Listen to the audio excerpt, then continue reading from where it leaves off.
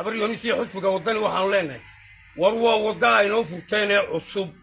in madaxda xusbiga kulmiye iyo wasiirkii arrimaha gudaha maxamed kaahin axmed maanta galbeedka burco ku dhagxamaysan rasaasna ku rideen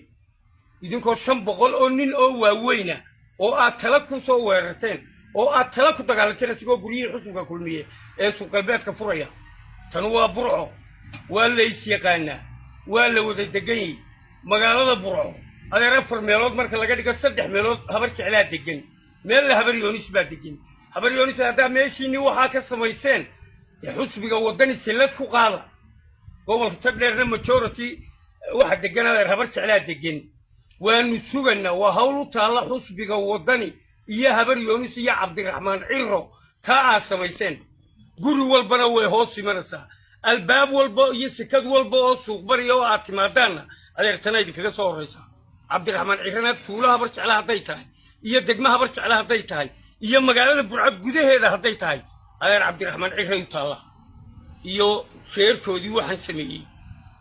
waxaanu ilaawnaa ma aad iyo aad baan uga xunay way nagu weyntahay waa mid